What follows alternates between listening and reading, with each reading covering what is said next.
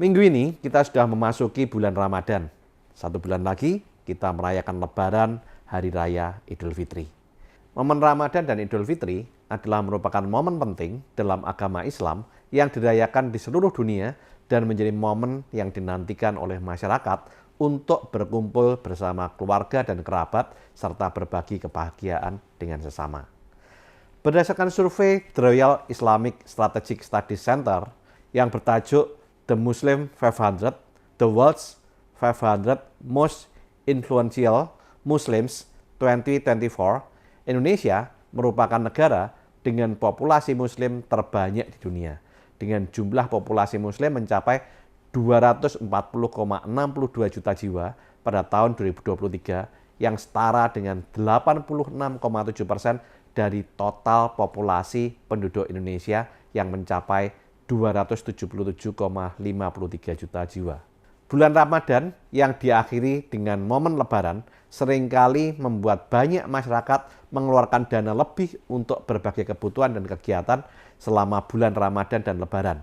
Mulai dari membeli pakaian baru untuk keluarga, makan bersama keluarga, hingga silaturahmi di kampung halaman. Tunjangan hari raya yang seringkali didapatkan oleh pekerja sebelum Lebaran tiba menjadi sumber dana tambahan atas pengeluaran khusus tersebut. Hal ini membuat momen Ramadan dan Idul Fitri menjadi saat yang ditunggu-tunggu oleh pelaku bisnis dan industri di Indonesia. Nah, bisnis dan industri apa saja yang memiliki peluang dan akan diuntungkan pada momen Ramadan dan Idul Fitri tahun ini? Dan saham apa yang menarik untuk investasi atau trading di momen Ramadan dan Idul Fitri tahun 2024? Mari kita kupas di video yang kali ini.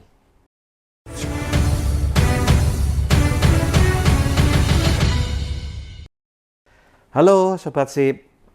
Pusat-pusat perdagangan seperti pasar tradisional, mal, dan minimarket makin ramai di bulan Ramadan dan Idul Fitri tahun ini. Aktivitas transaksi masyarakat Indonesia pada periode Ramadan dan Idul Fitri setiap tahunnya terus meningkat. Hal ini bisa dilihat dari laporan Bank Indonesia terkait uang kartal yang diedarkan atau UYD. Pada bulan Ramadan tahun 2022, angka tersebut menembus 7.911,3 triliun atau tumbuh 13,6% dibandingkan periode yang sama pada tahun 2021. Sedangkan UYD pada bulan Ramadan 2023 tercatat sebesar 8.350,4 triliun atau tumbuh 5,5% secara tahunan dibandingkan tahun 2022. Demikian juga UYD pada bulan Ramadan 2024 ini diprediksi akan meningkat lebih besar lagi, mungkin di kisaran 10 triliun rupiah. Salah satu kebutuhan utama bagi masyarakat saat Idul Fitri adalah menggunakan pakaian baru. Idul Fitri telah identik dengan menggunakan pakaian baru, bahkan sampai ada istilah kalau tidak menggunakan pakaian baru, maka belum merasakan namanya Idul Fitri. Tradisi memakai baju baru sudah dimulai sejak tahun 1596, zaman Kesultanan Banten, yang merupakan kerajaan Islam di Provinsi Banten. Menjelang Lebaran, mayoritas penduduk Muslim di bawah kerajaan Banten sibuk menjahit baju untuk dipakai di hari raya, karena hanya kalangan kerajaan yang dapat membeli baju baru saat itu. Hingga hari ini, tradisi mengenakan baju baru dan membeli baju dan barang baru sudah merupakan tradisi umat Muslim menjelang Lebaran. Sehingga bisnis fashion merupakan salah satu sektor industri yang paling diuntungkan di bulan Ramadan dan Idul Fitri tahun ini. Menurut data Asosiasi Pengusaha Retail Indonesia atau APRindo, permintaan konsumen untuk produk makanan dan minuman meningkat sebesar 30-40% selama bulan Ramadan dan Idul Fitri. Pada momen Ramadan dan Idul Fitri, masyarakat Indonesia cenderung lebih suka memasak makanan sendiri di rumah dengan bahan makanan yang berasal dari produk segar, mie instan, makanan beku, makanan siap saji, roti, sup instan, bubur instan, daging kornet, dan ikan kaleng yang menjadi makanan yang banyak dikonsumsi.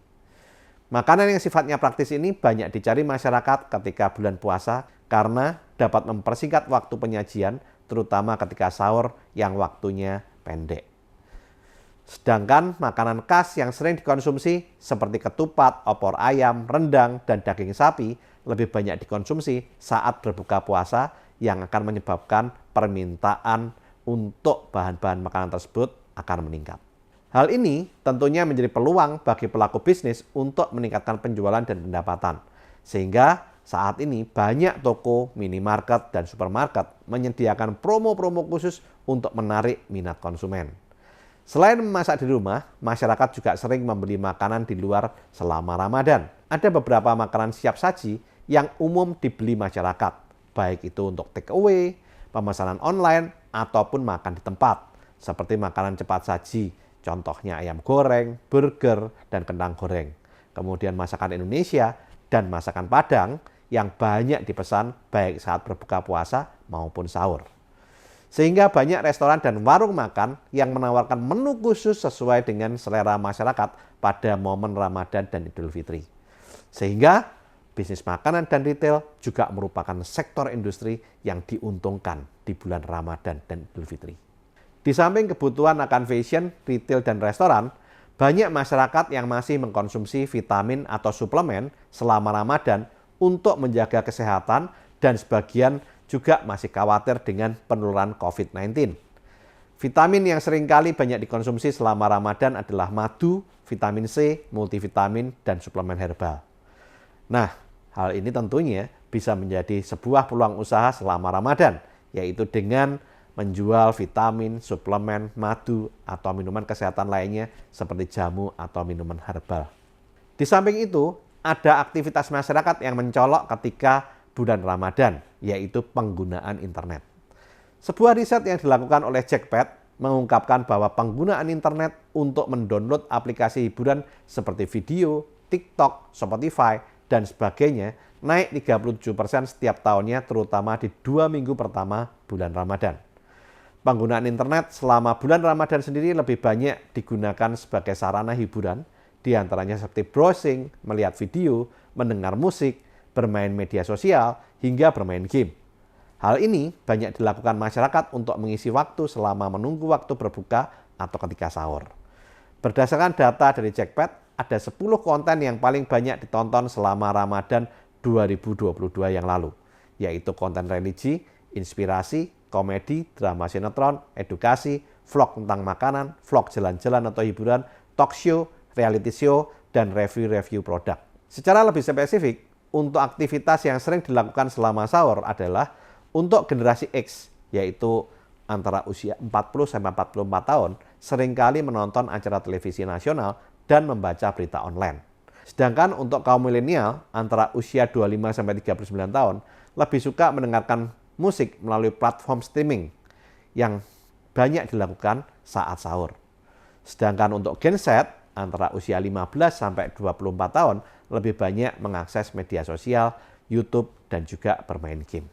Sehingga bagi Anda, para konten kreator, Anda bisa memperbanyak produksi konten-konten tersebut untuk meningkatkan engagement kepada follower pada momen Ramadan dan Lebaran. Di samping survei dari Asosiasi Pengusaha Retail Indonesia atau APRindo dan Jackpad, ada juga survei yang dilakukan oleh lembaga survei internasional yaitu Nielsen, yang mengungkapkan bahwa sebanyak 87% responden berencana berbelanja untuk mempersiapkan Hari Raya Idul Fitri, dan sekitar 63% dari mereka mengatakan berencana untuk mengeluarkan uang yang lebih banyak untuk belanja di Lebaran tahun ini dibandingkan dengan tahun sebelumnya. Selain itu, data dari Bank Indonesia pada tahun 2020 menunjukkan bahwa pengeluaran konsumsi rumah tangga meningkat sebesar 7,49% pada bulan Mei 2020 disebabkan oleh peningkatan pengeluaran untuk kebutuhan Ramadan dan Idul Fitri. Data-data tersebut menunjukkan bahwa perilaku konsumen pada saat Idul Fitri memang memiliki dampak yang signifikan pada perekonomian di Indonesia dan menjadi peluang bagi pelaku bisnis untuk meningkatkan penjualan. Namun, juga menjadi sebuah tantangan bagi kita untuk memenuhi permintaan konsumen dengan kualitas produk dan layanan yang baik. Sebab perilaku konsumen pada saat Idul Fitri bisa dikatakan berbeda dibandingkan dengan hari-hari biasa. Sehingga sebagai pelaku bisnis, Anda harus mampu memanfaatkan sebaik-baiknya momen Ramadan dan Lebaran untuk meningkatkan bisnis Anda dan memastikan kualitas produk dan layanan yang Anda berikan tetap konsisten dan memenuhi standar yang diharapkan oleh konsumen. Hal ini akan membantu membangun kepercayaan konsumen pada bisnis Anda sehingga meningkatkan loyalitas konsumen dan memperkuat posisi bisnis Anda di pasar. Bagaimana dengan Anda yang melakukan investasi di pasar modal? Saham apa yang bagus untuk Anda beli saat ini? Jelas saham-saham yang sektor industrinya terkait dengan sektor yang saya bahas tadi. Untuk lebih detailnya akan saya kupas di video saya berikutnya. Oke, lakukan terus saving, investing, protecting agar hidup Anda makin sip. Saya Tony Hermawan Adikaryo, sampai jumpa di puncak kemakmuran.